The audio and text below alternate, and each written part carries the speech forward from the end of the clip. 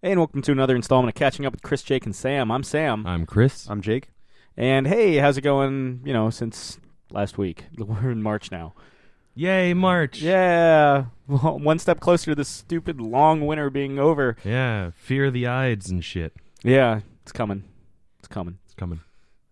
Any guys Jake? got anything? Today is the, I want to say, 5-year anniversary of me waiting 7 hours in line to see Muse at Patriot Center. There you go. Yeah. And with my friend Alice, she was my concert buddy. We used to go see a bunch of shows together. And I remember the night before we went to Brian's Grill, and we kind of hashed out the plan. Like, all right, she was going to George Mason at the time, and she also worked at the Patriot Center. And so she knew, the cool thing was, she knew that they had flipped the stage that night. Because she had helped set up, a bit of the pre-show stuff, and so she's like, "All right, I'll meet you. We'll meet outside the Patriot Center at noon or whatever. Get in line, blah blah blah, and go from there." I'm like, "All right, cool. See you tomorrow." She had class in the morning, I think one class, and so I get a phone call like 7:30 in the morning, and it's her, and I answer, and she's like, "Oh my God, they're lining up already. I'm skipping my classes. Meet me here in 10 minutes." And I was like, "Okay." So I get there, and when I get there was like 2 people in line. And she's like, "Oh my God," she was like rushing and going crazy. And we sat there for 7 hours. It was really cold, I remember. I stupidly really didn't bring much of a jacket. But I remember she walked all the way to McDonald's and got some food and had me stay in line so we could get this money seats. And for me, it was well worth it. And you guys probably know this too, waiting in line for a show. It goes from excitement when you get there, because you're finally waiting, to super boredom, to the most nervous you'll be the entire night. The final couple of minutes, where they come out, they're like, "Everybody, okay, we're gonna open the doors in 5 minutes, and you're gonna this and that, you're gonna blah blah blah." And so, and then 10 minutes later, they open the doors. They open the door, and I remember they're checking everything, and we were getting super nervous because it was this is it, if we don't get there in time, it's 7 hours for, not nothing, because we're still going to be at the show, so having a good time. But this is a band that we both really loved and we really wanted to get front row for. And we did the kind of fast walk, because you're not allowed to run. Yeah. And everyone was going the other way because they thought the stage was that way. Right. And we kind of veer left. And we get there, and as I see the stage from the speakers out, it's starting to dwindle down into nothing. And I remember kind of sliding in the home, because everyone had to sit, and I slid into right next to her in the last kind of spot. And then we sat there for a couple of hours before the show started. I remember I was amazed because people had nachos and hot dogs and beer, and I was like, I've never had the urge to get food at a show before ever, you know. If I skip a meal, yeah, I mean, not even really a drink. I just want to, I'm just sitting there. I'm like, all right, cool. And then the opening band was Silver Sun Pickups, and they were a great opening band, one of the better ones I've seen before. And then Muse, on the dot, man. And the great thing about Muse, all the runtime of their show goes into music. And I'm cool with having stage banner and interacting and stuff. None of that. They had none of that. It was 3 or 4 songs into it. Matt was like, "Thank you." He doesn't go, "We are Muse, I'm Matt, this is Dom, this is Chris." Just full on show. And I remember he had the Kanye shades on with lasers shooting out of him, and he was just the Terminator, moving really slowly while just shredding on the guitar, looking at us. And it was a great show. We had a really good time. And so I think that was 2010 when we saw Muses for the Resistance tour, which was great because that album's all about this uprising and and so the album itself is pretty solid album. I think it's okay. It has some good tracks on it, but the great thing is hearing it with 10,000 people or however many thousands of people filling the Patriot Center, because it was a sold out show. You get this oomph of this revolution, this musical revolution when you're watching them play live. What would you say is your favorite Muse album? Absolution. Yeah. That's the one that the one that made me fall in love with Muse. I remember I was working at Blockbuster at the time, and they had the trailer for Running Scared, the Paul Walker movie. Yes. And you remember the Chris knows because he used to work at Blockbuster too. They'd have and Chris, Sam probably knows too. Going to a Blockbuster, they'd have the previews, a tape you would put in or a DVD, and just run the same amount of previews. After a while, it'd be about an hour's worth. It's just of the same thing. Yeah. Be welcome. Oh God, that means I've been in a Blockbuster as a non-worker for over an hour, because I remember them looping back. That to thing the first loops. trailer. Oh yeah. Well, you'd hear it. Best Buy Radio when I was working there was 3 different discs, each of them about an hour long. So if you're in a Best Buy and you hear a loop, I don't know if it's still the same now, but at that time, if you heard a loop, That's really bad because you're in Yeah. there for 3 hours. Jeez. But I remember it was always fun because when the mail came and you got the next DVD set of like the newest previews, and it was just like this like at least 1 hour of clarity and like. Yeah.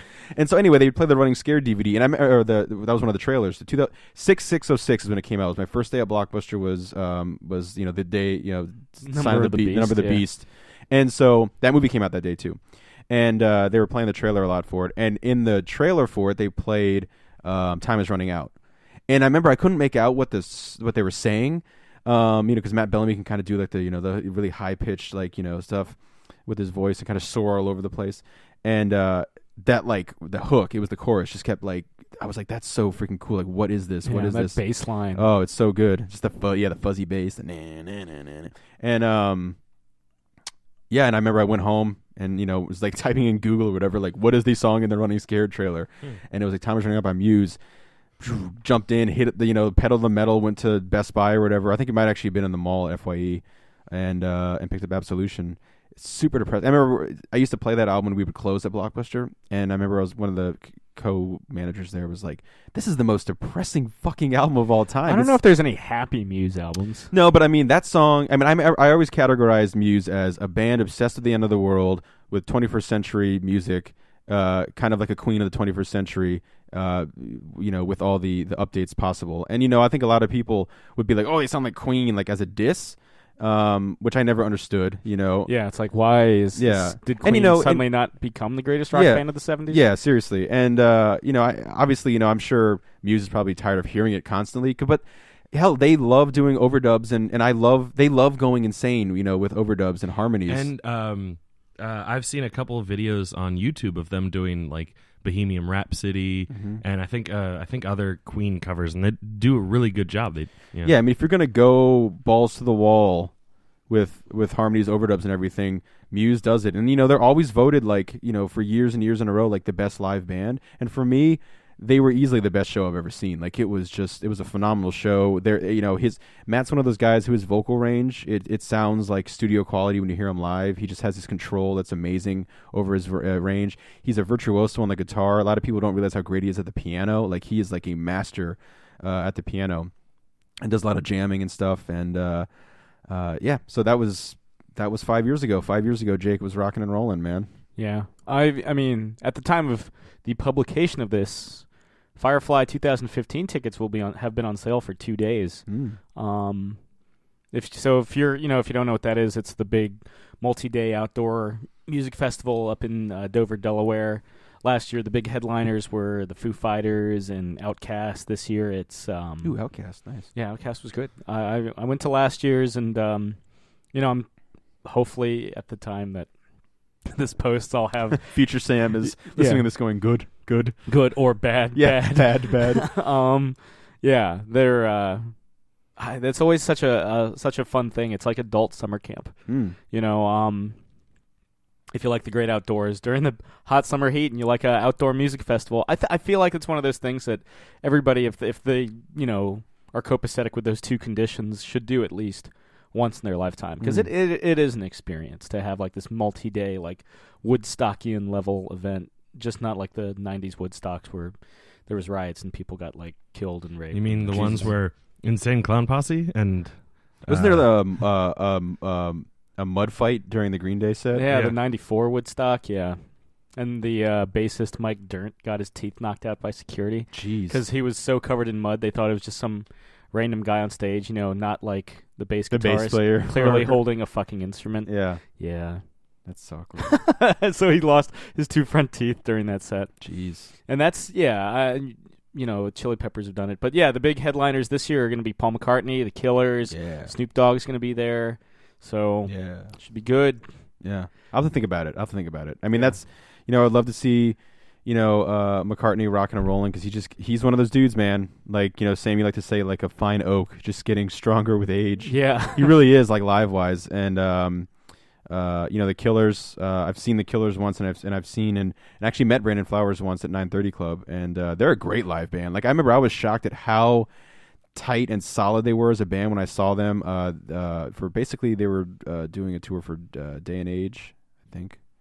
The album with Spaceman. Yeah, and I was happy because they played a lot of Sam's Town. That's my favorite Killer's album, and yeah, they just sound like a seasoned band. In reality, they'd only been a band for like 5 years, 4 or 5 years at that time. Yeah, it might have been 5. They started in 2000. At least their first album, Hot Fuss, was what 2004. 2004, and then Sam's Town 2006. And I remember, I was just I was amazed. Like they did a lot of cool stuff where they would play like basically a stripped down version of the song when the chorus kicked in. Then Brandon would get on the synthesizer and then would blow up into like massive like the Hot Fuss era. And like they were just, I don't know, they were really solid and a really fun band. So those are two great acts right there. Yeah, and there's a bunch of. I noticed this year they have a lot more, maybe because they blew their load on those guys. But they have a lot more electronic acts and a lot more indie rock acts, which is cool. It's always cool meeting. We're seeing not meeting. It's not like but like seeing you meet every single one as they go on stage. Hello, I'm Sam Stone. Well done. Yeah, very good. Well done. Yeah, I appreciate your music. Yeah, I wish. I remember I was searching through the list, hoping because you were saying there's a lot of electronic bands that like Bloody Beetroots were going to show up, or Sir Bob, because Sir Bob I think now as like a side project to himself, the Bloody Beetroots, he's going more back to the kind of the DJ set as SBCR, Sir Bob Cornelius Refo. Yeah. But that one guy who he did a song with, Steve, that was the Asian Steve Akeo or Aoki, whatever. He's gonna be there. He's gonna be there. And I was hoping, oh man, maybe the Bloody Beetroots should be there because they have a great live show because they still obviously have DJ and like electronic stuff, but they use a live band too. So. Congos were there last year. I got to hear them come with me now. And at that point, I hadn't seen the Expendables 3, so I didn't beat myself to death with a brick. Who else was there last year? Besides like some of the Foo and Outkast, Eight Wall Nation, Weezer was there. The Weezers. Yeah, they were great. So they wouldn't have released Everything Will Be Alright. They played. They didn't play anything off that. Third Eye Blind was there. Yes. I've been listening to them a lot lately, and I was not a guy who ever grew up with them. Not even that first album. No, I remember I'd watch VH1 a lot for music videos here and there, like the countdowns in the morning on the weekends, and they were a band like I knew the hits. But yeah, that's one of those ones I don't know. I just never grew up with that self-titled. That was like a monster album. Oh yeah. But for some reason I've been listening to them a little bit more. Childish Gambino was there last year. Nice. So was Tegan and Sarah, the Kaiser Chiefs. That's a solid lineup. Yeah, it was a pretty epic. Imagine Dragons were there. Yeah, it was a good time. Cool. So I'm looking forward to going back. Which will hopefully happen. But that and the Foos, that's the other big concert I've got coming up this year. The Foos. Yeah, Foo Fighters doing I might be joining you for now that I've gotten my tax return. Yeah. I don't know. Now, tickets have been on sale for like a couple months, so definitely get on that. Yeah. They'll be at RFK on Independence Day with Joan Jett. Ooh, boy. And Heart. Yeah, I don't know why I haven't bought tickets yet. I mean, I love the Foo. But I've seen the Foo before. Like Joan Jett's been on my list. I've seen the Foo twice. I've seen Heart before and the Foo. Yeah. Joan Jett's been on my list forever. So yeah, just right there, and it's general admission tickets too, meaning there'll be a shitload of people camping out for that one. Yeah. Wait longer than 7 hours for that one. Yeah, maybe days. Yeah. But I don't really care. When it gets to that point, I'm just kind of like, as long as I'm there. Chalk this one up as a loss. Yeah. As long as I'm in the stadium. I don't need to be front row for that one. Yeah, especially for like an all day like show. It's like if I leave my seat, is someone gonna probably take it? No. Probably. Even if I have to. Anyway, so I knew exactly what you were gonna say. The big thing that happened this week, I feel like pop culture wise though. One of my childhood heroes, at least big in pop culture, has finally kind of come to his end. Like Leonard Nimoy died this past week. Yeah. Mr. Spock from all manner of Star Trek, including J.J. Abrams' reboot Star Trek, Galvatron from the 1980 Transformers animated film with what was it? Orson Welles was Unicron in that movie. Mm-hmm. Yeah. Orson Welles' last role. Yes, and William Bell, if you guys watched Fringe at all. He was on Mission Impossible TV show. For seasons 4 and 5. That's how I remember the first thing I did when I found out about this, and this was Friday? Thursday. Ooh, boy. Friday. It was Friday. Yeah. Yeah, that's right. I immediately called my father, the guy that had introduced me to Star Trek and all that. Because, I mean, if you guys have been listening, I geek out about Star Trek on the reg. Because I grew up watching the original series, to a lesser extent, The Next Generation, certainly the films. One of the first films I ever saw in theaters was Star Trek V, The Final Frontier, the only Star Trek film directed by William Shatner, which is often called the worst Star Trek film, which I respectfully disagree. I think the first Star Trek film... I've always, and I'm no Star Trek expert, but I've always heard the first one. Like, anybody, like, overhearing in the comic shop, Sam, or just, people in general areas who happen to be talking about Star Trek, it's always number one, I hear, is the worst. The first movie is basically a rehashed version of one of the episodes. Yeah. I was really disappointed when I was doing my my attempt at rewatching or watching the original show and getting to that episode and being like, this is the plot of the first Star Trek, the Star Trek the Motion Picture. Yeah, the Where No Man Has Gone Before, the second pilot is very similar. The giant evil cloud in space. The difference is in Where No Man Has Gone Before, they give crew members like the powers of gods and they try to fuck shit up. And then also there's there's another episode where they have like a satellite gaining consciousness, which is V'ger. Yeah. Changeling season 2. Yeah. But Mr. Spock was always my favorite member of the original series crew. I don't know if it's because he was the smartest. I don't know if it's because he was the most reserved and so kind of like the coolest. Even though Captain Kirk, with those like green space chicks, he's really cool too.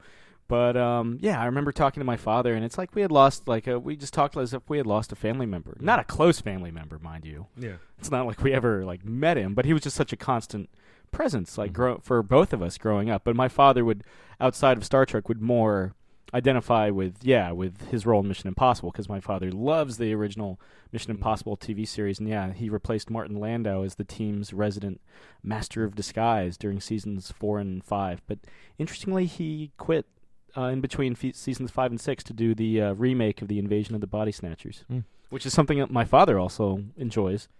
Speaking of fathers and Mr. Spock, my dad, whenever he talks about his father, who passed away when I was really young, so I didn't really ever have a chance to make a big connection with him, but he had a similar, completely different century, but a similar job within the armed forces as Mr. Spock had. And my dad always talks about how intellectual his father was and blah blah blah. And basically, he's whenever he describes him, he's like, it was basically Mr. Spock.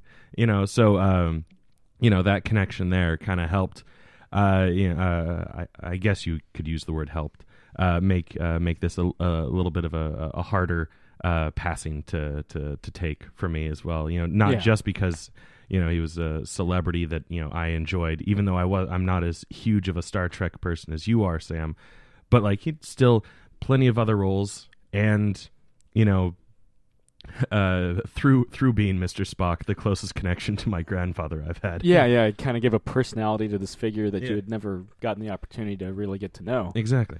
It was, and as soon as I got off the phone with my dad, to kind of tie it back to previous episodes, I ordered a Mr. Spock pop figure. Mm-hmm. The Vudu, Walmart's digital movie and TV streaming service, has a and at the time this recording still does, has all the Star Trek films on sale, and so I had the films on DVD. And I had given them to my father, who didn't own them on DVD for whatever fucking reason. He has the entire series, though. But I was like, take these, Dad. Thank you for introducing them. And then part of it was to incentivize myself to, upgrade my collection. And I finally pulled the trigger this past weekend. Got them all in beautiful HDX so I can watch Wrath of Khan. My favorite performance of Nimoy as Spock. And most people would agree, probably the best out of any of the movies. Oh yeah, including the reboot films, especially the reboot. Yeah, he directed Start the Search for Spock and the Voyage Home. Voyage Home, I would say, is like the second best Star Trek film, mainly because it doesn't take itself too seriously. They're just trying to get whales, which is honestly anyone's. His stipulation for directing Star Trek 4 was, or his mission statement was, nobody dies, there's no gratuitous violence, and if we can slip kind of like a moral lesson or something in there without coming off as too preachy, awesome. That was his mission statement going into Voyage Home. It's very similar to Christopher Reeve, his mission statement for making Quest for Peace. Except for the no no one dies and no excessive violence. But the whole Yeah. like, let's throw in anti-nuke sentiments. Yeah, but though apparently he took John Cryer from 2.5 Men. He's Lex Luthor's nephew in that film. He took him aside during filming, and he just told him this is going to be a terrible movie. How shitty is that? Superman pulls you aside. He's like, this movie's gonna suck. Yeah, I hope you're not staking your career on this one, because this one, You know what?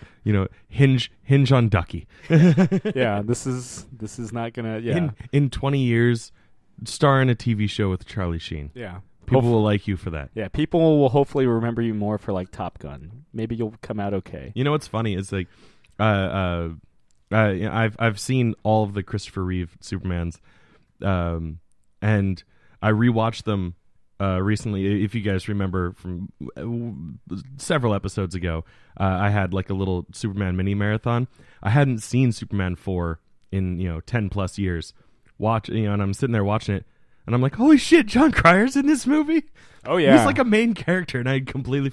But although I think... With like the worst fashion sense in the world. So the 80s. Yes. But to be fair, clearly the last time I had seen it was before he had kind of reintroduced himself to pop culture with 2.5 Men. So I wasn't a big, 16 Candles, or wasn't he in... Pretty in Pink as well? Probably. Yeah, probably. I'm not a huge Brat Pack fan, so like I didn't know him from those. Yeah. I would have only known him from Superman 4. Not Top Gun? Nah, I've only seen Top Gun once. Yeah. And I don't remember him being in it. It's not the biggest role in the world. Yeah. But I he's remember there. I remember half naked Tom Cruise. And Val Kilmer. And I remember the teeth just I can't even do it. Yeah, I always felt I don't know if you can hear that. Yeah. It's probably really annoying if you can. I'm sure. I apologize because I just did it like 5 times. But yeah, I also so Chris had gotten me The Touch of Leonard Nimoy for Christmas, if you remember that Christmas episode. And Very special Christmas episode. Yes. And the best I could get him in return was Lick It Up on CD. Hey, you know what? It was almost an even exchange because Lick It Up means so much to me. Sure. But I went and got another Leonard Nimoy album because he had 5 on vinyl. I didn't get Unfortunately, I didn't get Leonard Nimoy Presents Mr. Spock's Music from Outer Space, because that's his first album. That's going for shitloads of money on eBay right now, as you can imagine. But I did manage to get the 2 sides of Leonard Nimoy, his second album, which has The Ballad of Bilbo Baggins and Highly Illogical. Which the Ballad of Bilbo Baggins is like the only Leonard Nimoy song that I know. Yeah, not Maiden Wine from The Touch of Leonard Nimoy. Have no idea what you're talking about. Okay. Fair enough. Alrighty. But yeah, so it was, at the same time, he was almost 84. He's less than a week old or he's less than a week in age away from William Shatner. And yeah, they had such a warm friendship that was formed really during, he was William Shatner's best man. Nice. I always like that. I like that, when these famous fictional friendships transcend and are the same in real life. It's always a bummer when you find out like someone hated working with somebody when they were like best friends. Like, for example, I love the fact that like Burt Ward and Adam West like had fun making the Batman series and were friends. They were never like became that that classic Hollywood story where like they get jealous of each other and never speak and have to like stop having scenes when they're not together anymore. Like I always it makes the performances in the show or movie more enjoyable. Yeah. Now Shatner and Nimoy did run into that during the filming of the first season because Spock was the breakout character for the original Star Trek, and so he would get a shitload more fan mail, and of course you would get directors kind of getting notes from the producers because of it being like, hey, maybe include some more shots of that pointy-eared fella. And as the pointy-eared fella, as the show's star, I'm sure William Shatner was kind of like annoyed by some of that, and he touches on a bit of that during his autobiography. But they patched stuff up, I guess, between seasons 1 and 2, and of course, they worked together in the films. Nimoy originally wasn't going to come back for the Star Trek movies at all. Really? Yeah, because he was he trying to try to get away from that, escape that? Or I'm sure that was part of it. I mean, his first autobiography published 4 years before the first Star Trek films called "I Am Not Spock," and he took some flack. And then 20 years later, he published his second autobiography called I Am Spock. The interesting thing about those autobiographies is he's in conversation with his alter ego. And like, so you've got like Leonard Nimoy kind of as himself talking to this very cold, logical figure. That's kind of like the Man Who Sold the World, the Bowie song, when like Yeah. they meet on the stairs. And yeah. Though, does Bowie speak? Speaking of Bowie, I watched. Oh, you mean that Nirvana song that David Bowie covered? Yeah. The thing that drives him wild whenever somebody brings that up. I watched. Which was the whole basis of my joke for doing that with all sorts of songs. Yeah. Yeah. Every artist, I'm sure, appreciates it so much. That's why I never do it. That's why I never do it to them directly. Yeah. I watched Labyrinth recently, or rewatched Labyrinth. Yeah. Whenever David Bowie's not on screen, that movie kind of sucks. That's one of those movies that like people are like, yeah, man, fucking Labyrinth. But like, if those people actually like, and that's fine. Like, but those are the people who haven't watched it in years. Like, if you sit and watch it, it's kind of a shit. You know, it's funny listening to Dan Harmon go on a diatribe about the Labyrinth. He hadn't seen it up until like last year, and I was listening to his podcast, and he spends almost an entire episode of his podcast. His podcast is usually like somewhere between 1 and 2 hours. It's very loose, but it's something along those lines. He spent almost the entire episode talking about how terrible that movie is. Like, just nothing good about it. Like, he didn't even like David Bowie. Not even the magic dance sequence? No, like he just tears it to shreds in his own personal opinion. Granted, he is a very opinionated man. Mm-hmm. And also, one of the things about Labyrinth that I will agree with him on is that that's one of those movies where it really helps to have been part of like our generation and seen it when you were a little kid, so you have that nostalgia factor. So no matter what, when you're watching it, you can at least be like, oh man, remember how great it was when I watched this the first time when I was like 5? Nostalgia helps that movie a lot. Oh yeah. And he's watching it as like a 40-year-old man who's sitting there with his like 20-something-year-old girlfriend who's just like, oh my God. And he's just sitting back going, oh my God, this isn't that good. And so therefore, like, it's just making it even worse. Kind of like those things where like, where you hate something more so because of the fans than the actual thing itself. Kind of like how Sam and I were talking a little bit off mic about Fight Club, and like I was talking about Brad Pitt's performances and whatnot, and he was like, and he brought up the fact that like he likes Fight Club, but he doesn't like how I don't think it's David. It's not David Fincher's best film. Yeah, I wouldn't even put it in the top 3.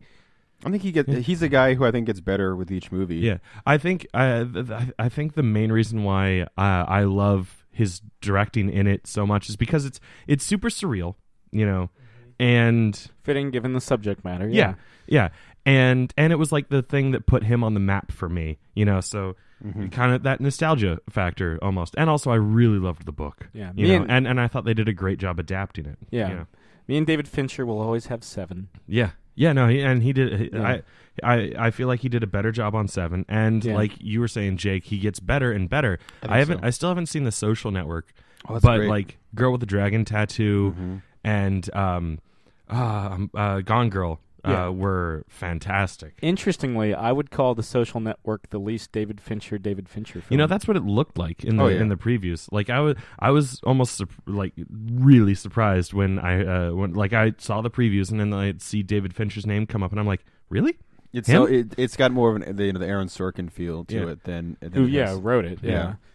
So, but interestingly enough, since I brought it up, the reason why I was talking about Brad Pitt performances was because this week, the one thing that I really did that was noteworthy, in my opinion, was that I checked out the new 12 Monkeys TV series that Sci-Fi Network is putting on. They're about 6 or 7 episodes into it right now. I watched the first 2 because they were on demand, and I was like, oh, let me check this out. I remember really enjoying 12 Monkeys, and it's not bad. I would not turn my nose up to it, but it's doing this weird thing where, like, first off, right from the get-go, for a fact that Cole is actually a time traveler. Like, and that was one of the things that I really liked about the original movie by Terry Gilliam, that like for a while you aren't sure whether he's actually crazy or if this shit's actually happening, you know. And it's not until like that phone call near the end that you're like, oh shit, no, he actually is a time traveler, you know. So right from the get go, you know that the shit's real. And then, like, it seems like I said, I've only watched 2 out of the 6 or so episodes that are available. But it seems like what they're doing is, like, every episode or every couple episodes, they're going to jump to a different time period. And I was like, I get that you have to do something to make it a little bit more, like, longevity, you know, so that you can actually have a TV series. But I'm not feeling it. Mm-hmm. Not feeling the jumping around. So what I ended up doing was just getting a copy of the original movie and rewatching it, and oh my god, it's still so good. It's probably my favorite Terry Gilliam movie, like that and like Brazil, because those are like the you know, like Brazil's like just the one that's probably the most Terry Gilliam. Everyone's like Brazil, and for good reason. Yeah, you know. And not too long ago, I watched Zero Theorem, his most recent one with Christoph Waltz. That's like he's reaching back into the old Brazil, you know, bag to pull out those tricks. It's not as deep down the rabbit hole, but it's going. It's traveling down there, and it's really good. And I highly recommend you guys check that out if you haven't. Yeah, I had rewatched Django Unchained recently, and I know Jake has too. Me too, yeah. Because that's your favorite Tarantino, right? It is, yeah. That would be up there with mine. I mean, mine's still going to always be Reservoir Dogs. It's funny, though, because speaking of Django, his most Western movie, like Western genre film, though, it kind of feels it's kind of more Inglourious Bastards, you know? Yeah. And it's funny, I watched Cross of Iron, Sam Peckinpah movie. Oh, yeah. Yeah, you were talking about that like last week. Yeah, which is one of my dad's favorite movies of all time, and I finally got it for him for his birthday a couple weeks ago. Was he over the moon? He was over the moon. Like he was actually, and he usually never gets that super excited about like movies or whatever. But he was super psyched. He's been looking Cross of Iron. Yeah, he's looking for forever. And Sam Peckinpah's only war film and World War II. You know, but it's it's brutal. You know, he's one of those cool directors where he could use slow-mo as much as he wants, and I love it. Because he knows how to stage it really super well. fast editing. I mean, just look at the finale of The Wild Bunch. Oh yeah. Like 90,000 shots were fired during that movie. But it was interesting because it's a movie about the Germans in World War II. Yes. Fighting the Soviets. Yep. Made by the British in the 70s. And the Germans. There was a split production. Yeah. But, so I don't know if it was the fact that, now that the Germans were fighting the Soviets, the Soviets were the bad guys now, in that time frame. I don't know if you could ever have a German perspective film where they're necessarily, fighting the, well, I guess you kind of have it with Das Boot, but, fighting the more Western But they make it very clear that they could give a fuck about Hitler and Das Boot. They turn off the radio and they're like, fuck him. Yeah. Which I thought was awesome. But, I mean, I hope everyone would think that was awesome. And I just remember the scene where the guys I don't think they're officers. I can't remember who it is. They're pissing on the car in the beginning of Das Boot. Cross of Iron is a movie that really influenced Tarantino when he made Inglourious Bastards, and you can see a lot of that. Yeah. I can't remember a World War II movie that I've seen from that era that has more more battle scenes in it. I mean, that movie is 2 hours and 10 minutes, I think, at least. Yeah. And it is chock full of battle after battle after battle. I mean, and the end of the movie is improvised, which is fucking awesome. Yeah. How do I reload? Yeah. How do I reload? And then you just see James Coburn laughing his ass off because as a 50-year-old, as a 50-year-old corporal, or I think he might have been promoted by that time, but but he's got the classic the "don't fuck with me" face, that Eastwood has. And Coburn's just so cool in that movie. Oh God, he's so Flint. Fucking, he's in like Flint, man. He's just so fucking cool in that movie, and it's very much it's somewhat not as it doesn't spread over as many years, but it's very much like a German Once an Eagle because it shows this officer who's obsessed with the Iron Cross. Even it's called the Iron Cross. The movie's called the Cross of Iron, but he's obsessed with getting that. And what's his face? James Coburn has it already, and it's not a big thing to him. It's a high award in the German army, he but just has it. He has it, And he at one point asks the officer, he's just like, why is that such a big deal? And he's like, well, if I go home, I can never show my face again if I don't have this. And I think I'm paraphrasing the line, but they're having a conversation. Peckinpah, Coburn, who's the enlisted man, and this the antagonist, the officer. He's like, well, we're gonna go up and suit up, and we have to go kick ass, kind of thing. And the officer says, well, I will show you now how a real like Prussian officer fights. And fucking Peckinpah, not Peckinpah, Coburn says, like, in the most like badass James Coburn way, and he goes, well, I'm going to show you where the iron crosses are made. Which is basically saying you're about to get your hands dirty as shit in the middle of this battle because it's brutal. And there's a scene where Coburn kills a German soldier because he unloads on his own men because they're trying to get rid of Coburn. It's just very internal kind of thing. And he shoots them down, and I was like, man, that was like surprisingly not that graphic for a Sam Peckinpah movie. Like no squibs, because he goes flying back in slow mo, like and like a Street Fighter, and lands on the ground. I was like, all right, whatever.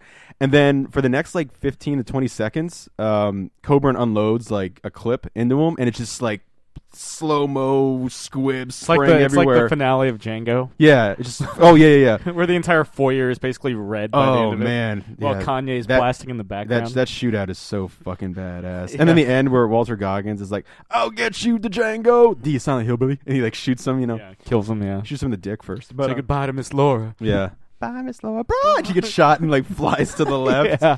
I remember when I saw that movie for the first time in theaters, like, the crowd was just in shock during, the start of that shootout to the end of basically the movie. Yeah. Because that movie doesn't hold back until the end. Honestly, like, it's straight up Tarantino. Like, you're riding along and you're tracking and you're tracking and you're tracking. Mm-hmm. And then they get to Candyland and shit. Well, honestly, the Mandingo fight. Oh, and God. Shit just gets real and it never really lets up. No. Until. Like the dog. The killing D'Artagnan. Yeah.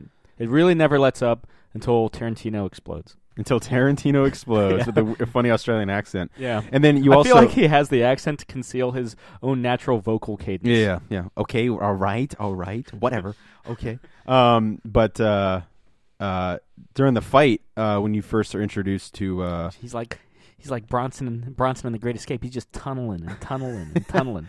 Probably the greatest euphemism for sex I've ever heard. Yeah. Like Bronson in The Great Escape. Yeah. And just terrified of tunneling, Bronson man. Johnson. Yeah. But you meet the original Django in that scene at the bar. Oh, yeah. Where Franco Nero. It's such a great little nod where he's like, what's your name? And he's like, Django, the D is silent. And he just stops for a second. And he goes, I know. And then walks away. And it's just so fucking cool. He's got the white gloves, too. Have you ever seen the original Django? Yes. Sergio crazy. Yeah. Very violent. Yeah, for a 60s film. Walking around with a coffin. And you're like, what's in that coffin? Probably the most violent of the spaghetti westerns, I would say. Yeah, I mean, it was banned for a while in a lot of countries. Just because it is, you get kind of a Wild Bunch-esque ending with just him mowing down people. Yeah, well, his hands get destroyed. Mm-hmm. And everything. He was one of those guys. He just had the look too, like kind of an Eastwood look when he was younger. Yeah, well, it's the eyes, I think, for Nero. And kind of the square. He had the square jaw and just looked the part. He's the main bad guy in Force 10 from Navarone. Mm. Yeah, which is just god awful. Yeah. Yeah. So but anyway, go watch the Cross of Iron. But because not Force 10 from Navarone. No, and the Cross of Iron cover is like one of the most metal things you'll ever see. Yeah, actually, after you were talking about it, I looked it up last week, and it's pretty badass. Yeah, I'm a fan. It's good stuff. But yeah, definitely check that movie out. I mean, it's I had never seen it before, and my dad is he was like, there's plenty of movies of my youth, I guess, kind of, he's in his 20s when that movie came out. He's like, but that movie holds up. Like, I've seen plenty of movies from that era, and I watch now, and they just don't hold up. But that movie still to this day. I need to ask my old man what he thinks of Cross of Iron, because he's got a fair bit of Peckinpah. He's got The Wild Bunch. And it made me want to knock out like a bunch of Peckinpah movies. He's got Junior Bonner. Yeah? Does he have Straw Dogs? I don't think he has Straw Dogs. Yeah. Straw Dogs is a bit too much. That one's intense. Yeah. That one's intense. But yeah, Wild Bunch. I need to own that one. That's a classic. I heard that for a while they're remaking it.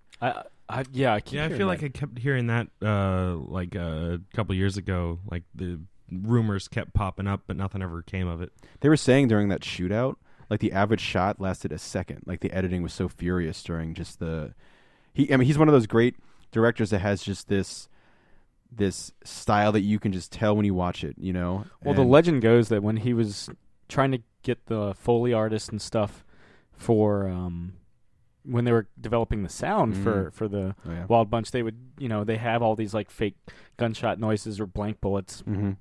And he was like, I don't want it like that. And he grabs a loaded pistol and fires it into a fucking wall. Yeah. And goes, I want it like that. And they're just like, okay. It's fucking awesome like story. everyone, like all those sound engineers probably and Foley artists like at the edge of their seat. Like, well, could you just imagine them like, all right, Mr. Peckinpah, here are the sound effects to use. And like, bang, bang, boom, boom. And he's like, no. And he just grabs a pistol and fires it in a wall. Like, it's like, why did he have a pistol the entire time? Yeah. Yeah. Why was it loaded for real? But Peckinpah's cool, man. He's he's got some great stuff and again, just slow-mo is one of those things where usually when you see it in movies, after a certain while it gets grating, but the way that he does it, where it's almost like he never really sometimes lets the scene finish. It just, there'll be this chaos, and also they use like authentic tanks and military vehicles in the Cross of Iron, but you get shots where they're just like, the shootouts, explosions left to right, and then an explosion and a guy just going slow-mo, like with the explosion going off, and they cut back to the furious chaos, and he comes back and he's still falling through the air. And like he loves like these like awful grating sound effects of like people screaming and stuff, and just nonstop, going left and right, and just it was a fantastic movie, and just the way it was all directed, and like I said, just hit after hit after hit with like battles throughout the movie, and really creepy. They have like the German children singing in the beginning and the end with like shots of like people being executed in the end. Like it's really a disturbing movie. Yeah, Peckinpah's not. He complained like, so I mentioned Junior Bonner, which my father owns earlier. That's a rodeo film starring Steve McQueen. Mm-hmm. It tanked at the box office, and his complaint was, every time I direct a movie where nobody gets killed, nobody sees it. Yeah. So that's why here's the Wild Bunch, motherfuckers. Yeah. I tried. Yeah. I tried. Yeah. I was surprised. I mean, because he died like fairly like in his like late 50s, I think. Yeah. I don't know if it was like a heart condition or something. His last thing he ever did was actually a Julian Lennon music video. Oh. So. Did anybody die in it? I don't know. I never saw it. Yeah. Well, no one saw it apparently. Yeah, then nobody did. Yeah. So. Sorry, Sam. No. But well, that's cool. That's cool. By the time this episode airs, if we're ready to jump topics. Yeah, I think so. By the time I think this we've episode, spent the Peckinpah. Yeah. By the time this episode is released, I will have gone to see the original 1990 Teenage Mutant Ninja Turtles movie on the at big the Alamo, screen. Yeah, in Loudon with a pizza party. Yeah. And I just happened to get reminded about that because I saw my phone flash, and we're talking about organizing our tickets and whatnot with the people that I am going with. Yeah. So I'm excited about that. That should be a good. I mean, that's from a technical standpoint, that's certainly, I would say, the best Ninja Turtles film. But from an entertainment standpoint, I was always a bigger fan of Secret of the Ooze. Me too. Yeah. Especially that ninja rap. That's the thing when nostalgia hurts you. That's children. Nostalgia hurts you on that one. Oh yeah. Yeah. Maybe you, not me. The only thing that nostalgia hurt. The only thing, and it still hurts all these years later. I'm like on the verge of tears. Super Shredder. Yeah. Well, no, I'm sorry. Nostalgia doesn't hurt you with that. It betrays you with that song. Yeah. Because in the back of your mind, you're like, this is cool. And it's just nostalgia's like, I'm going to keep you pretending this song is fucking cool because it's clearly not. Whatever. I love it. Yeah. I'll take the ninja rap. But I'll take the ninja rap over TURTLE Power. Yeah. From the first one. Oh, yeah. But at least you can leave. You don't have to sit and watch it. It's not part of the film. It's not part of the film. Yeah. But as a kid, when that movie first came out, I was still pissed off that there's all this build up for Super Shredder and he ultimately kills himself. Yeah, that's stupid. I mean, don't get me wrong. I love the second one too. It's a great fun movie. But even as a kid, I was like, wait. So he took the serum. How is his suit transformed? Yeah, how does that? Like, I get that he has bigger muscles, but why? He must have just poured it all over himself, like Flashdance the metal style, reacts, like Flashdance, like Yeah, I was always more of a fan of the first one, mostly because yes, Casey Jones. But Yeah, that's right. He isn't in the second one at all. yeah, which is a bummer. But Casey Jones, man, taught me a lot about just all different kinds of sports as a child. And in the animated series where he would go to job interviews in his fucking like a suit, but keep his mask on. Yeah. And have the golf, The hockey stick. Yeah, the hockey stick, and he clearly was doing a Clint Eastwood impression with those guys like I think they break into like a soda machine or a snack machine and try to steal it, and he's like, filthy lawbreakers, and he's just like ready to kill everybody, and Rob's like, no, you can't just kill everybody. Judith Hogue or Paige Turco? Judith Hogue. I don't know what it is, because I think you saw like the moment in my eyes where I was like, I'm like in love with her right now, because as a kid it was just like Casey Jones, Raphael, like that was all it's about. But we've rewatched the original for the first two at least fairly recently, and a couple times in the past year or so. And which first one all the way. Is Judith Hogue the first one? Yeah. Just the first, yeah. No, I like her better. Then Paige Turco in parts 2 and 3. Yeah. I mean she's fine, but yeah. Actually Star Trek time, guys. Yeah. Before they beat back to 1992. But or 3 rather. Before but speaking of Turtles, I picked up this great issue of like they're recoloring a lot of the classic Turtle stuff, like the original stuff. Yeah. And I was keeping an eye out. I have like the reprint or the recolored version of like the first time Casey Jones shows up, which is fairly somewhat accurate to the movie where like Raph and him develop a friendship first. I have the issue now. They did a recoloring of Casey Jones gets in a fight with some kids, and he hits a kid with one of his sticks and kills the kid and loses his shit. And there's a like super depressing moment where he just sits in a cemetery and just like basically sobs, and the fact that he like killed a kid in the middle of like, you know, his street vigilante justice. I think he has to fight like a ninja man during it too. But it just reminded me like, you know, there's some heavy stuff, and you know, Turtles wasn't, you know, the comic especially, the original stuff was like pretty graphic and pretty intense, and like there's a lot of they fucking kill Shredder. Yeah. Like pretty hard. With a grenade. Like he dies. Yeah. They're slicing through. They're like. Although he does come back, so he doesn't actually die. I mean, my point is they employ yes. lethal force willy-nilly. Yeah, well, they're instruments of Splinter's vengeance. Like that's pretty much what he creates them for. But but Casey Jones has a rough thing where he's like an alcoholic and abusive and goes in this like really weird, intense kind of arc. But and the updated stuff was kind of interesting. They focus more to him being this like failed hockey player, and But yeah, I mean the first two at least are fun to revisit. Yeah, and I, for all the flack I give it, and James Rolfe has given it, I can still sit through Turtles 3. Yeah. Yeah. Yeah. It's not the worst thing in the world. No, it's not Ninja Turtles. Yeah, it's not the 2014 Ninja Turtles. Yeah. It's not Star Trek the Motion Picture, which again, it would have been interesting because to touch on what I was saying earlier, Leonard Nimoy didn't want to do the Star Trek movies because he wasn't being paid royalties or at least he wasn't getting his fair share of royalties from the original series. And originally they had introduced a substitute Vulcan character as like, look, we've got a new Vulcan, like we've got somebody new. But the director's daughter is directed by Robert Weiss, who also directed The Sand Pebbles with Steve McQueen. It was like, no, Spock is Star Trek. And so he cut him the check right there. He was just like, fuck it. And out of his own pocket, he paid Nimoy to come back. And Nimoy originally wanted to die in Wrath of Khan. And I guess he does, But he wanted originally that to be like, to put a pin in it. Like, that's it. But he had such a good time making Wrath of Khan that he was like, and test audiences had reacted so negatively to him dying so definitively, they had put in all those kind of like, introduced this kind of subtle backdoor way to bring him back in the sequel. So, yeah. How did I get back on Star Trek? It's okay. I mean, yeah, that's one of your that's a Samism. You always find your way back to Star Trek. Yeah, it always comes back to Star Trek. Didn't you have like a story about the? Oh yeah. At the comic shop, I remember we work across from a Domino's Pizza, and one of the delivery guys came like barging in to the shop with like pizza, like he was like on a delivery, and I thought that he was going to give us free pizza. So I was like, oh, cool, because that's happened before. Because as we mentioned, Corey awesomely from California ordered us pizza to be delivered the next day. So I was like, maybe that's happening again. And he goes, Leonard Nimoy died, and I was like, oh fuck. And I remember I was with a customer, and there's another customer talking to somebody else in the shop. I can't remember who.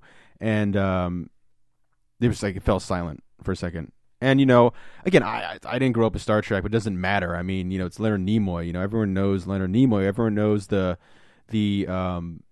amount of inspiration and love and joy he created for everyone. And he always seemed like this really stand-up, wise, intelligent, wonderful man. And I kind of like stopped for a second. I was like, oh, that's terrible. And immediately we posted stuff and kind of reflected on it for a second. And later on towards the end of the day, we have this wall in the back of our shop full of like mostly Marvel Select action figures, which are really nice action figures, usually with like different hands you can put on and weapons and different heads with different sculpts of faces and backgrounds. And then you've got the Joker Titan figure, which is like the worst. Yeah, pretty much. It's pretty terrible, and it's probably never going to sell. So if you want it, come and get it. And there is a Spock figure. And this guy comes in the shop, and he's just kind of quiet, and we ask if he needs any help. He goes, no. And he's just kind of looking around for 10 to 15 minutes. We're getting close to the end of the night. Not that we're like rushing people out, but it's just getting close to the wrap-up time. And he finally walks over, and he looks at me, and I can tell like he's kind of just like, not embarrassed, but he's like shy. And he's kind of like, you can just tell when someone wants to ask you a question. And he's like, hey, can I get that Spock figure? And he said it with this kind of like voice of happiness and sadness at the same time. And he had this like really kind of this like smile on his face, but it was kind of filled with like, you could tell he was a huge Leonard Nimoy fan. Yeah, a huge Spock fan.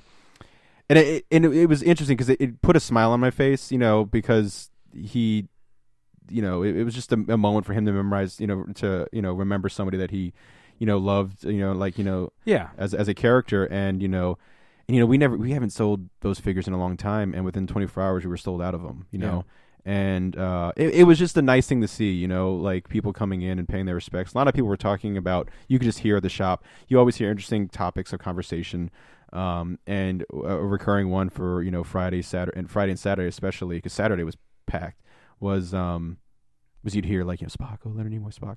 And a lot of people just talking about it, and you can't say anything bad about Leonard Nimoy.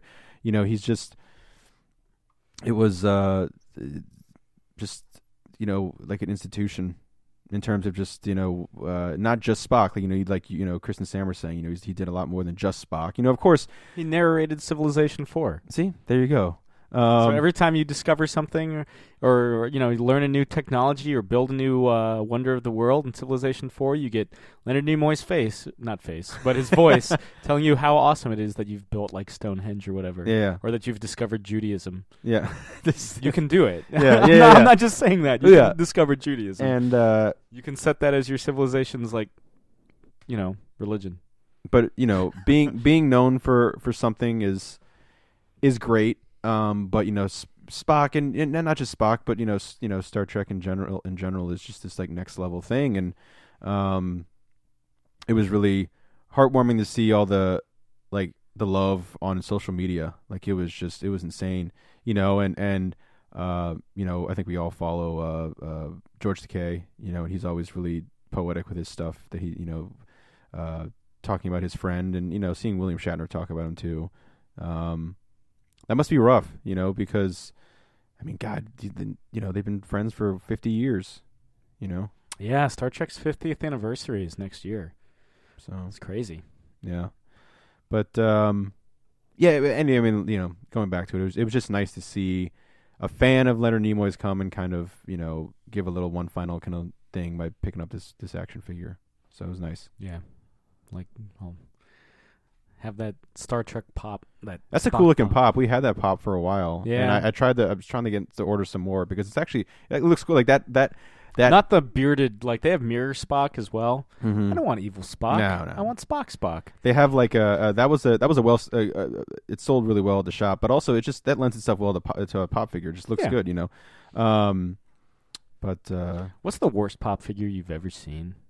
Like design wise, just period. Is it one of the random Walking Dead ones? Probably, because it's just like... Is it the Magic the Gathering ones? Well, those ones, some of them kind of look like metal. Yeah. I'm trying to remember, because I remember one day I spent most of the day having to organize this pop wall, because we used to have a shite ton of pops, and I don't know why I said that, but I don't know why I said shite. But there's some pretty they're just pretty just like plain, you know. I mean, Superman. I wouldn't say he's the worst, but Superman's my favorite superhero. But it's just kind of bland. I mean, the coolest Superman one I've seen is the Kingdom Come Superman with his eyes are red. That one's cool. He's got the gray streaks in his hair.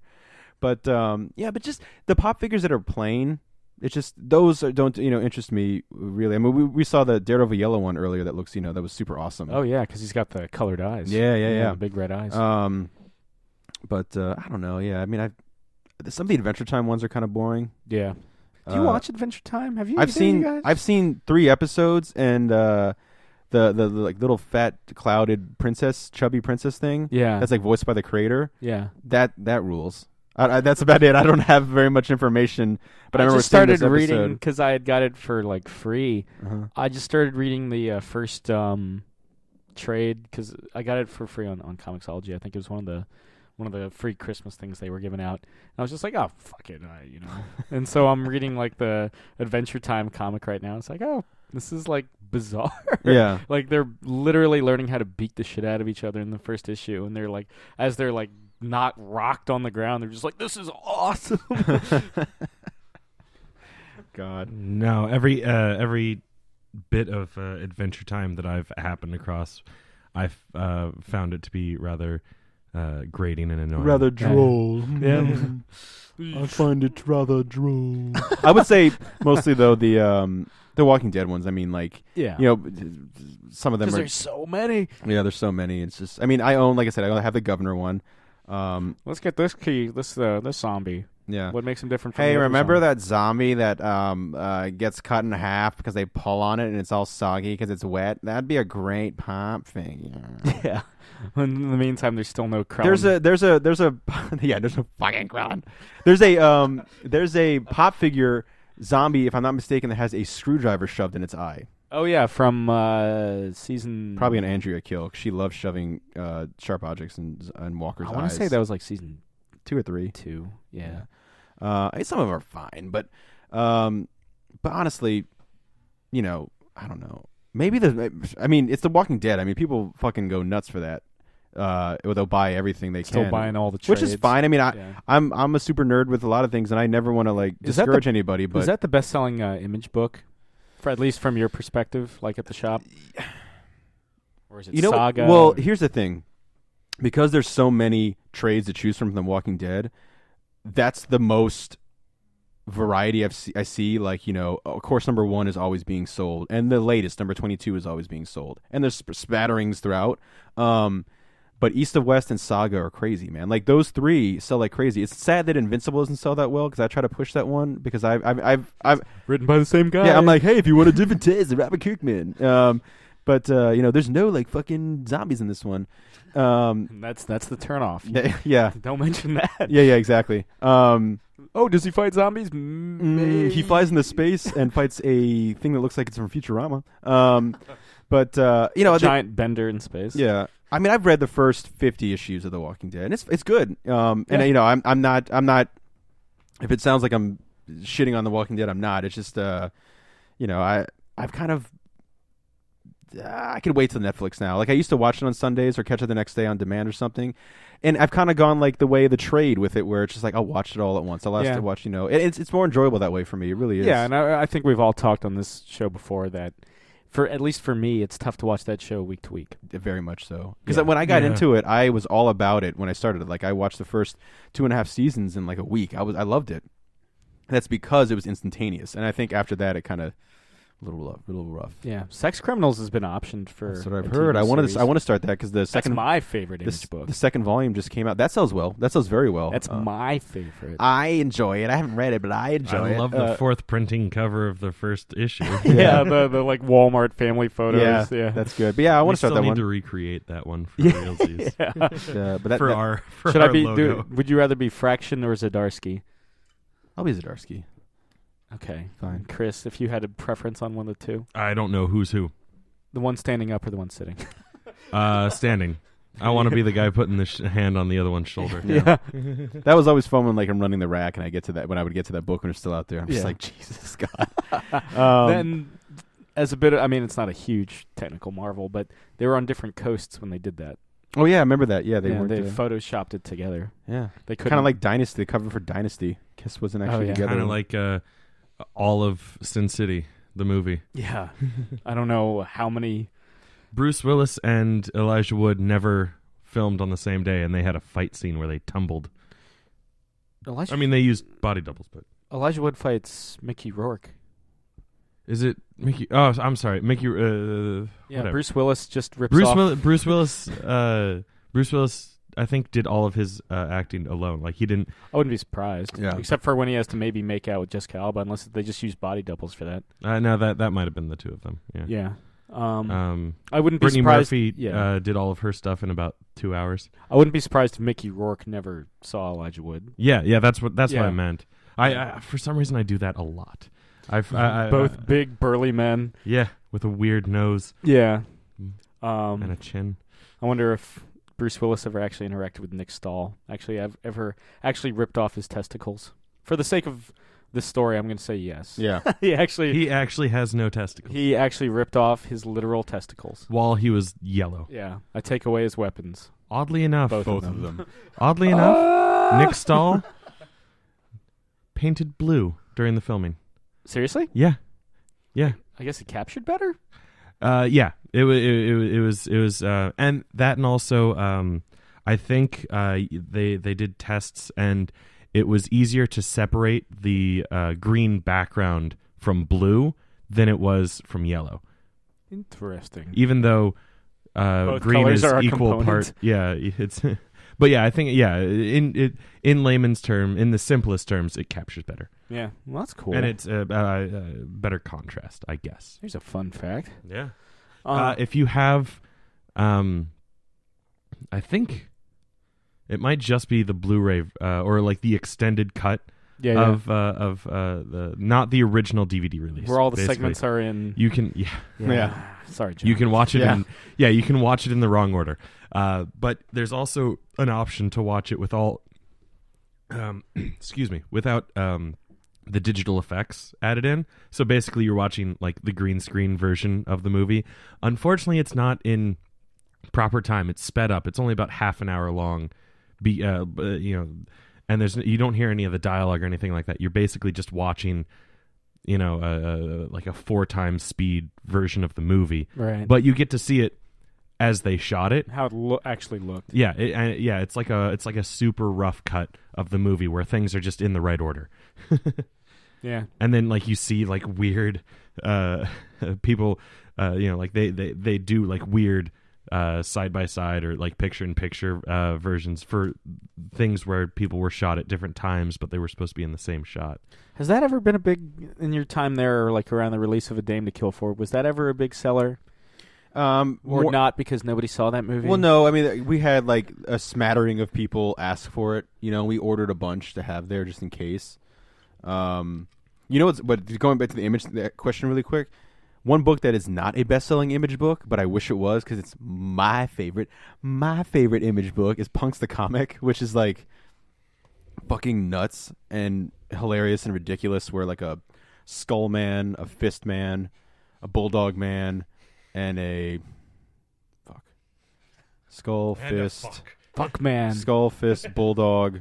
Oh, and shit, I'm forgetting it. But Is it Guts Man, like Mega Man 2? no, it's an Abraham Lincoln. Abraham Lincoln Man? Or Abraham Lincoln man. It's Abraham Lincoln. Oh, straight up. And they live in a house together. And they just go through crazy shit. Is the log cabin? No, it's just a house. Is it like modern day? Yeah. Well, I think the thing is that they find out they're actually in hell. But Abraham Lincoln in hell. But the thing is, one of the most recent issues is there's no story. Because the story ends what people think in the issue before that. And so the next issue, they're like, all right, story's over. But we have more of a comic to do. And they're like, well, what do we do? And they just kind of just lollygag for the rest of the comic, just making shit up. And the fist man, he always only talks when he holds signs or he'll flick you off. And everyone, the bulldog man is kind of like, Jerry from Parks and Rec. Everyone just shits on him. Just gives him shit left and right. That series just ended. Yeah. Yeah. I just started it too. Yeah, with season 4, but I didn't just start it. I was about to say, you've been burning. Yeah. It's a fun show, but not anything like Punks the Comic. But Punks the Comic's cool because they have a lot of homage covers. They had the Skull Man. I think his name's just Skull. Doing the Todd McFarlane Spider-Man #1 cover, thing. And I think the first volume coming out is called Nut Puncher. Because just like Cockknocker. Yeah, because the bulldog wears a ready to get your balls busted, blunt man. Yeah, and he gets his hand cut off. He's like, not again. Yeah. The bulldog wears nut puncher protector boxers, and they practice by the skull. Keeps like hitting him in the balls over and over again, and they have like ads in the middle of the comic.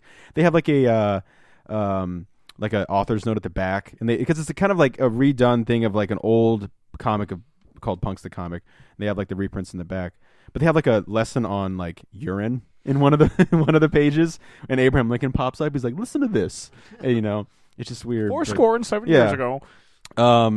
At one point, like there's a lot of pop culture references. Some of it is purposely like an issue about nothing. Where like the writer shows up in the end and he's like, "We don't know what the fuck we're doing," but it's I don't know. I find it really funny.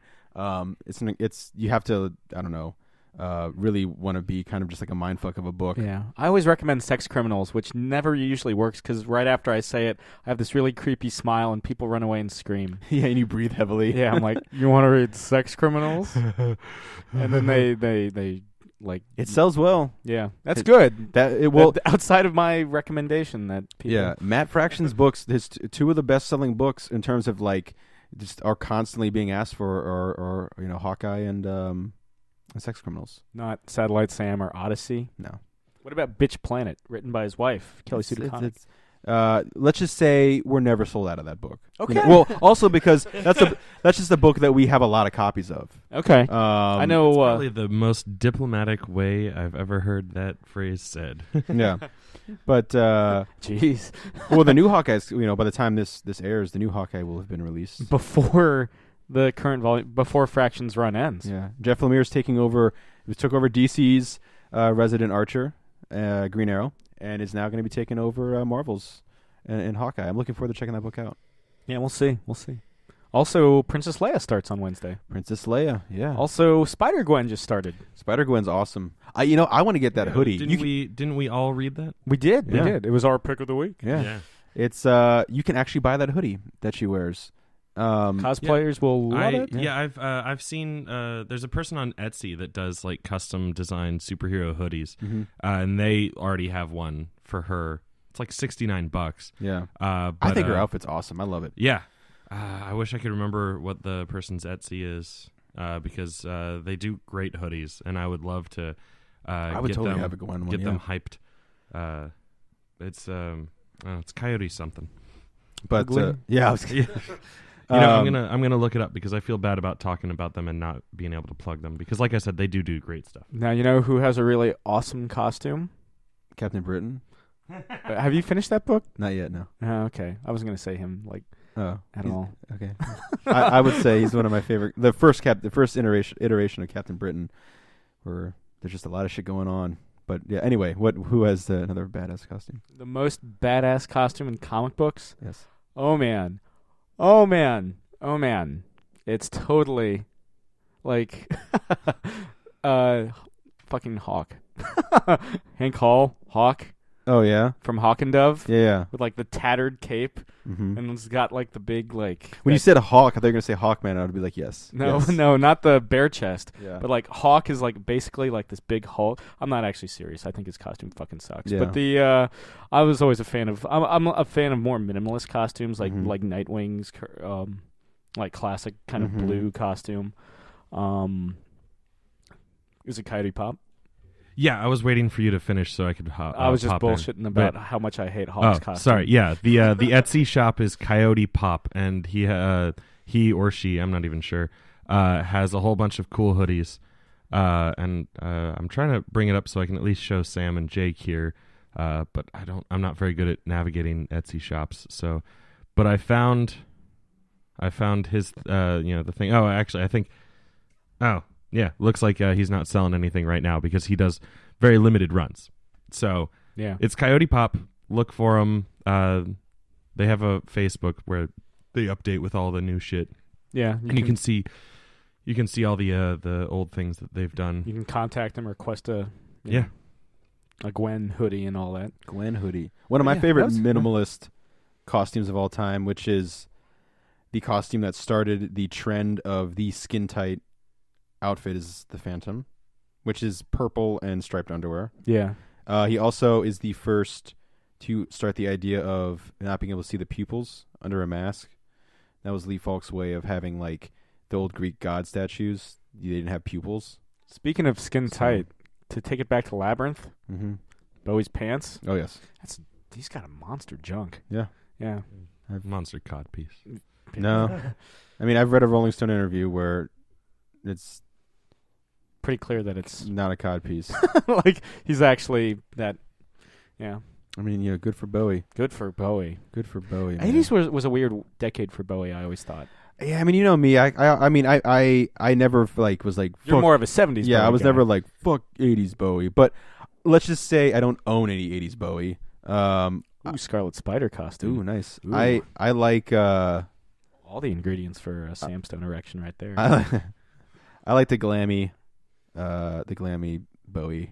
Yeah, years. I mean, and then of course he ends the 70s with like the Berlin trilogy, which is kind of the stripped down Bowie, and then into the 80s. What I always found interesting about 80s Bowie is you've got he starts the first album is Scary Monsters and Super Creeps, where he basically lays his 70s alter egos, the Tall Thin Duke, Major Tom, and the Man Who Fell to Earth, and the Ziggy Stardust. Yeah, Halloween Jack. He lays them to rest in that album, and then he really embraces like dance pop and becomes dance pop Bowie. And at the end of the decade, he's like, you know what? I miss being in a band, and he forms Tin Machine, which is my cousin up in New York who produces music. It's his favorite era of Bowie, and I think I've mentioned this on the show before. We were all like kind of sharing like, hey, what's your favorite Bowie? And one of my cousins that lives in Queens is like, oh, probably The Man Who Sold the World. I was like, good choice. And, and the other one was Tin Machine. And I laughed, and he's like, I probably should have said that with more conviction. I was like, oh, you were being serious. Yes, yes. Yeah. Sorry. Like you said, there is a favorite version of even the weirdest, most... Somebody's favorite superhero costume is Hawk. Yeah. Somebody's favorite superhero is Hawk. Yeah. Somebody's favorite superhero, Elongated Man. Somebody's favorite superhero is Sunshine Superman. Yeah. Somebody's favorite supervillain is Killer Moth. Yeah. That's me. Yours, yeah. Crazy Quilt. Yeah, totally. There's somebody's favorite James Bond movie, totally Diamonds Are Forever. Totally Diamonds Are Forever. Yeah. Someone's favorite Star Wars movies. I mean, I've met people. One of my the girlfriend that we used to always reference, like, I used to date her for another 2 years. Yeah. She actually quite enjoyed Jar Jar Binks. And that's why you broke up with her, right? Yeah, that was it. I mean, we dated for 2 more years, but yeah. Yeah. That's it. Yeah, and not only, and like more power to these people, not only is like, those things their favorite, they're like unapologetic about it too. Yeah. Like, that's more power to them, man. Yeah. All right. Go for it. Yeah. Somebody's favorite British Britpop band is not the Beatles or the Rolling Stones. Yeah. It's going to be like Oasis. Well, like in terms of like the 90s stuff, were you more Oasis or Blur? Blur for me. Yeah. I'm more of an Oasis kind of, but I'm not. I like a little bit more aggressive. Yeah. Blur Oasis was chill, Yeah.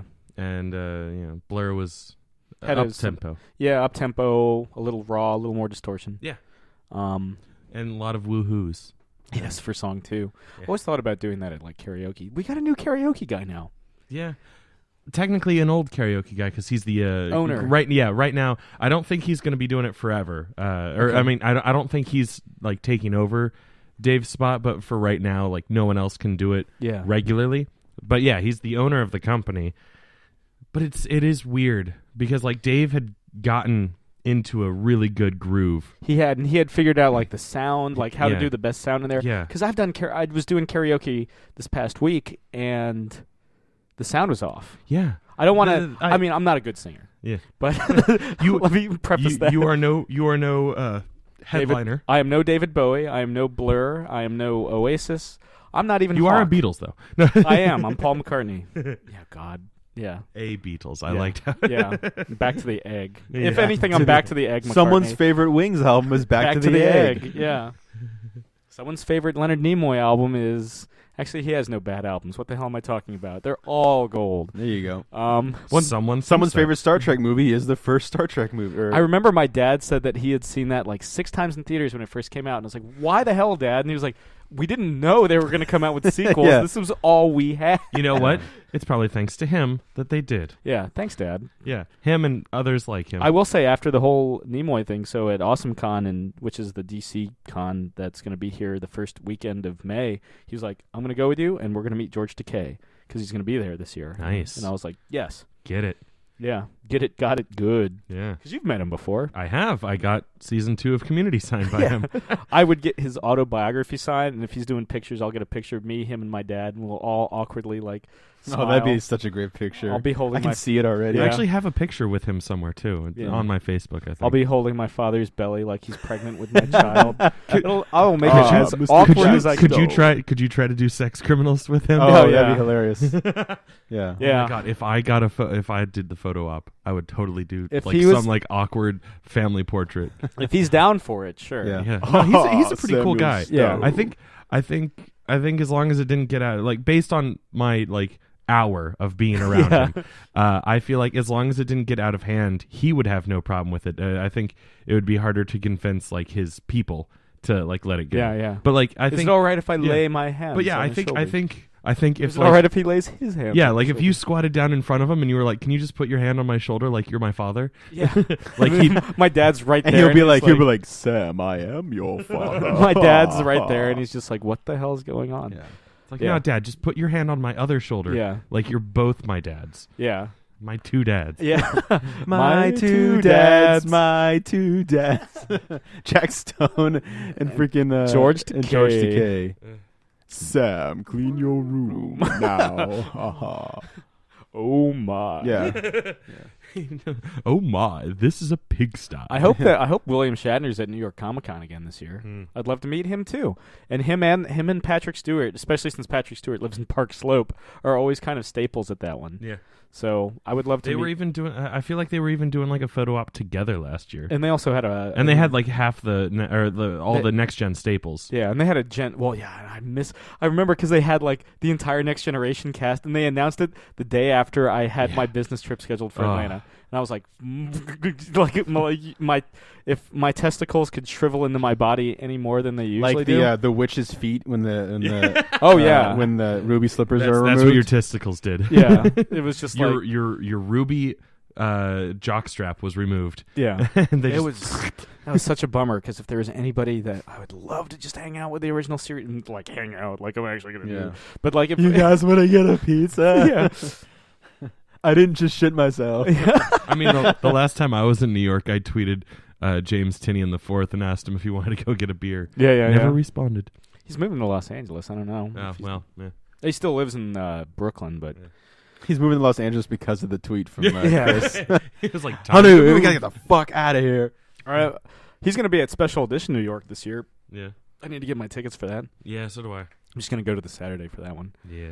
but that'll be Yeah, I we went last year and I got passes for both days and it was all right, but I didn't really it's such a small con. There's not Yeah. enough to do. and also like for the longest time like I don't bring a lot of money with me to conventions. Yeah. And all Special Edition is Artist Alley, so really all there is to do is look at and buy art of various art and sorts. back issues. Yeah, which for like- me is like, at least when it comes to back issues, Yeah. I'm one of the few guys that goes to a comic book convention actually buys comic books. I actually felt so bad because I found out after KatsuCon was over, I found out that they actually did have back issue sellers. I wish I had known because like there were times where I was just walking around the sales floor and like I didn't see any. But like I was thinking about texting you, being like, "Hey, what are you looking for? You know, just send me a short list." Yeah. What single issues would you guys get? You know, I still I don't have my own issue of Superman 75, and I would like to get that. That's like really the only single. Well, Which you can find in a dollar bin at this point pretty easy. yeah. It's still in the polybag, probably. And the Emerald Twilight issues. Oh yeah. Yeah. Those are fun. Mm-hmm. Yeah, especially I forget which one it is, but the one with the rings. Yeah, where he's got. I think that's the second issue Yeah. of the trilogy. Yeah. Mm-hmm. Jake, anything you want to get in single issue form? I would love to get. I own all of the first 6, basically the first volume of John Byrne's Man of Steel, except the issue where Batman and him team up for the first time. Or not team up. They meet think for the I first have that time. one.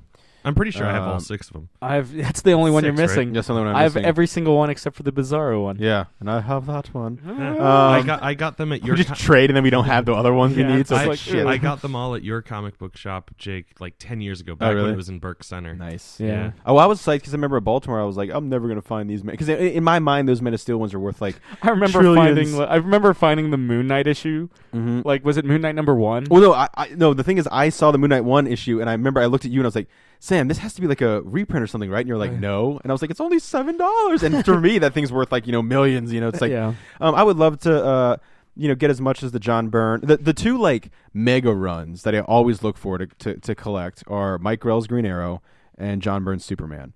Yeah. I'm more about like runs. Yeah, runs, absolutely. Yeah. Yeah, like, those are the two like big runs. We're talking like more than 20 issues. I remember like, I was mega so ones. happy when I found the John Byrne issues where Superman films a porno with Big Barda, and I remember going up to the girl that was running it, and I was like, I stopped short of saying what happens in those issues. Yeah, but I was clearly you were very, very happy, excited. Yeah, I think also, I still need to finish. I just creep people out like so easily. I still need to. You should read Sex Criminal. Do you have any pop figures? I see you. According to Amazon, the Superman 75 is $18. Oh, in a Yeah. polybag, sure. Yeah, in the black poly bag with the. I still have my 2 copies of that. Well, one of them was my brother's. Yeah. But I have it out of bag. What? And then finish Dave Stevens' Rocketeer run. Yeah. Only have a couple issues after that. That's like that's not very long. It's only really two full kind of stories. Yeah. But, I would love to get every single issue of Neil Gaiman's Sandman, and I have like about half of that. nice. I would love to get every single issue of Grant Morrison's Animal Man. Me too. And I have Definitely me again too. about half of that. Yeah. Missing the last issue of Dark Victory. I would love to get some more Claremont X-Men. Frank Miller, Daredevil, certainly. Bendis Daredevil. I would like to get a good chunk of basically the first good chunk of the Straczynski Spider-Man, Straczynski Romita Jr. Spider-Man. Like I Yeah. really love when he's fighting Moreland for the first time. That I one's really good. love that stuff. Yeah, I've got a decent amount of the Alan Moore's Swamp Thing. Nice. I would love to get some more of Nice. that. I'm only missing a handful of issues from Hush Okay. and a handful of issues from For Tomorrow. Nice. Yeah, the only issue of Man of Steel that I'm missing is the Bizarro issue. I'm just missing that Batman one. I'm psyched because you have both. Do you have both the variant covers for #1 as well? I do, yeah. Those are great covers. The classic shirt rip, and then the one of him doing the shirt rip from like farther away, like the full body with like Yeah. the ship flying off in the background, and like Yeah, I would love to get all the Jeff Johns issues of Green Lantern.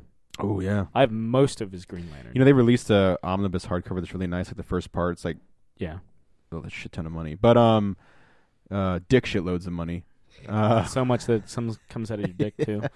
Yeah. No, that you're shitting dicks. I would Oh like. yeah. Even though you haven't eaten any, so you're like, where are these dicks coming from? They just that's how they digest. I would love to get Jeff Johns Hawkman too. Yeah. Really Jeff Johns anything. Yeah, really Jeff Johns anything. Yeah, Grant Morrison anything if we're going to be Grant perfectly Morrison, honest. yeah. Maximum Morrison. Yeah, all the All-Star Superman. Sure. I've got all of those actually. Nice. Do Do you have of the Jeff Loeb, Tim Sale Marvel books? Which ones do you have? Because I know you have. I honestly the only thing I have in terms of their Marvel output, I have half of Spider-Man Blue. Okay. Yeah. First or last half, or just kind of all over Here the and place? there. Yeah. Here and there. Nice. I think I have the last 2 issues and either the first or the second one. Okay. And then I would love to get all of Birthright. What's a dream comic in terms of like it'd be worth dick shitloads of money, but if you could kind of like snap and your of course fingers. like within reason, right? So Yeah. not like Action No, Comics yeah, number no, one. no, no, no, no. But like Detective Comics number 26. 27. 7. Yeah. 26 would be fantastic because that doesn't exist. that predates. Yeah. I'm sure it exists. It exists, yeah, but not totally. not in there the. are Detective Comics Yeah. 1 through 26, just like there's Amazing Fantasy 1 through 14. Yeah, but But no one cares. Yeah. but not really. Yeah. That doesn't have Spider-Man. Yeah, Spider-Man, get out of here. Get at it. Get out of here. Get out of here, you Spider-Mans. Yeah. I would like Amazing Spider-Man number 33. Oh, where he's where he's lifting all the machinery. Lifting off the machinery and Ditko, I think, at his absolute finest. Oh, sorry, real quick too. Because the first volume is out of print, the Denny O'Neil question. I would love to get that whole run. That'd be sweet. That's awesome. That'd be good. That and getting like all of the John Ostrander Suicide Squad And the Spectre. And honestly, everyone's like, oh, the Firestorm has no good stories. When Ostrander was writing Firestorm, it was like the tits. Yeah. Yeah. So all of his Firestorm, the basically, Nuclear Man. Yeah. Basically, like for me, when it comes down to like the unattainable outside of like the ridiculous first appearances stuff, like most of it for me is Spider-Man. Like 121, 122 are there. Honestly, it might be. Honestly, it's between Amazing Spider-Man 121, The Death of Gwen Stacy. Yep. And I want to say, what issue is the Joker's 5-Way Revenge? Which for me is the highlight of the entire Denny O'Neil, Neil Adams run. Ah, yes. And it's where the Joker becomes a killer again because of they had toned him down because why do we have a recurring villain that Batman just doesn't, like the Todd McFarlane problem that Batman just doesn't kill? And then, of course, during the Cesar Romero portrayal in the series, they're like, well, he's just a nice, goofy guy. And he's playing fucking softball in the prison yard. Yeah, and in Batman 251, Denny O'Neil and Neil Adams were like, let's make him a killer again. Yeah. And that was it. And for me, that's one of the coolest covers of all time. Yeah. So, yeah, those are the two big issues that I would love to get. Yeah. I've got the classic, I've got the Death of Elektra. Nice. I've got the entire Dark Phoenix saga from Uncanny X-Men. Look, I've got the Do you have a Spider-Man 300? No, okay. you do. That's right. Yeah. Because we have a lot of this. Way to be a dick. Yeah. Well, that was me. Look at me. I have it. I have it. You don't have it. You've also got all of. Don't you have all of Frank Miller and Chris Claremont's Wolverine? Yes. Yes, I do. I've got all of the Long Halloween. You do. That was your fucking Moby Dick. Welcome. Yeah. That was not the Long Halloween. Yeah. Did I? Sam found Dark that Victory. one. Oh, I got you. And it's still not complete. Yeah, I'm still missing the last issue. Yeah. Close. But it's the sequel.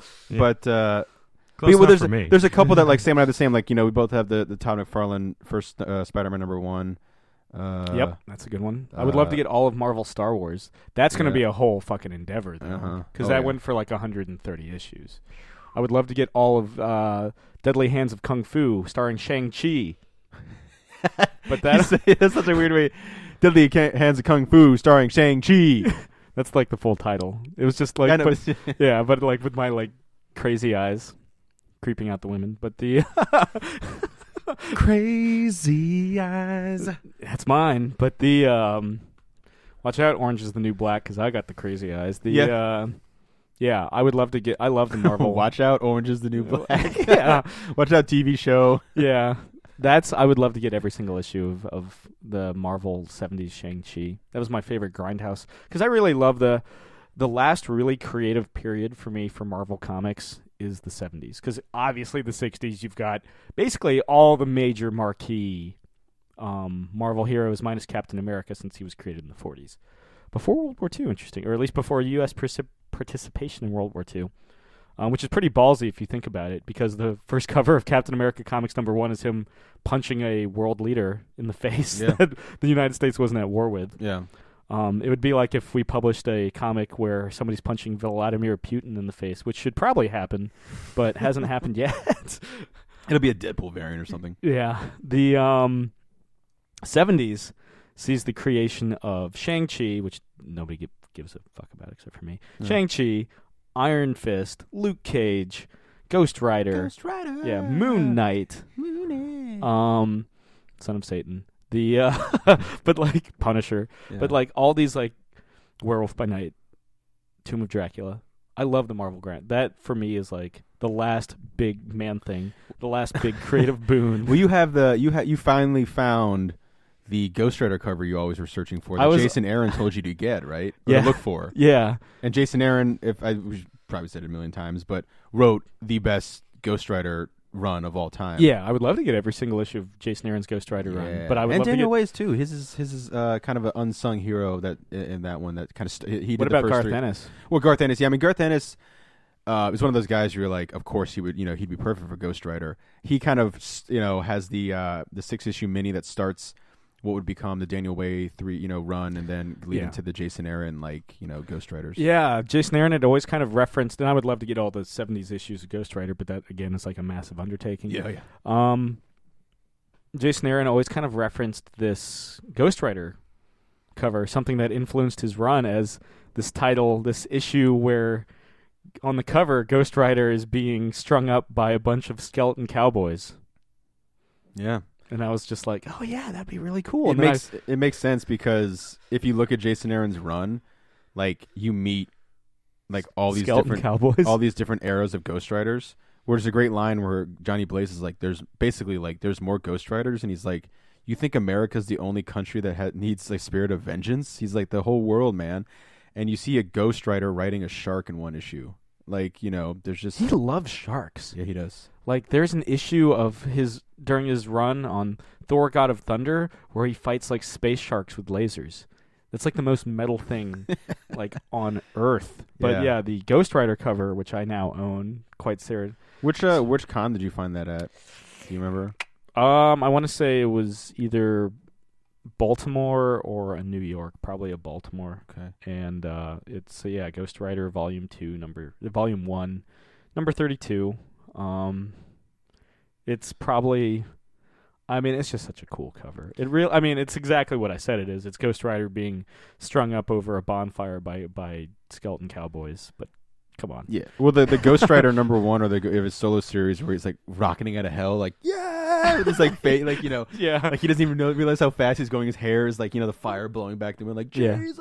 Yeah. I'm Ghost Rider. I would love to get. Well, a lot of those characters are. I've the two of those that you mentioned that I'm a big fan of is like, of course, Moon Knight and Ghost Rider. Moon Knight being this. Yeah. But honestly, I feel like after the 70s, Marvel's, in terms of new characters that, like, stick, really dropped off. Yeah. Like, the 70s is where you see the, Colossus and Storm and Nightcrawler. Those guys come into their own. Yeah. And Wolverine. And well, yeah, that's true, yeah. And in the pages of the Incredible Hulk. If we're talking what's that Incredible Hulk issue? Where it's the Hulk in the... Grey Hulk? Yeah, and the reflection with the reflection of Wolverine. You own that, don't you? Yeah. 42. That's a good one, maybe, man. that's a guess. That's a winner. That's a big timer one. Well, I think... I always see that at cons for like $70. Yeah. Also, Secret Wars number 8, which is where Spider-Man gets the black costume and has that weird pose. Yeah, where he's like, I have it now. Yeah, where he's kind of got that showgirl pose, like, look how sexy I am, ladies. Yeah. And the issue where he comes back, and it just says the rumors are true, and it's like him in the black costume with like these children hanging off his arms, and it's like, shit. Well, the costume looks cool. Yeah. I don't know about these random children that you apparently have hanging off your arms, but it's a pretty cool looking costume. Yes. Oh, I think find different accessories, and I think this just turned into what do we own? I think we both have the Hobgoblin, the reveal of who Hobgoblin is, right? We do, and then you very graciously gave me the first issue. Oh yeah. With Hobgoblin, my favorite Spider-Man villain. He's your favorite, man. He is. He's so cool.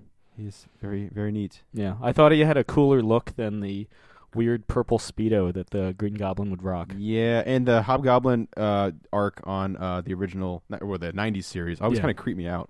Yeah, voiced by Mark Hamill. Yeah. He voiced my favorite Batman villain and my favorite Spider-Man villain. He's also on the, he voices, I can't remember who, but he's on the Phantom 2040 animated series. Yeah. He's everywhere. Wing Commander. Yeah, he's everywhere. Yeah. He's Trickster, man, coming back. He was the Cockknocker as we That's right. mentioned earlier in this episode. Yeah, knocking cocks. But yeah, this has been a weird episode. Yeah. Yeah, all over the place. Big takeaways are watch Star Trek 2, Wrath of Khan, and then to not end on such a downer, watch Star Trek 3, Search for Spock, and then end on an actual good film and watch Star Trek 4, The Voyage Home. Actually, Star Trek 3 isn't too bad. It's just not as good. Rule of thumb is even Star Trek movies. Yeah. But 3 is okay. Yeah, no. In no way is it bad. Yeah. Watch those 3 Star Trek movies.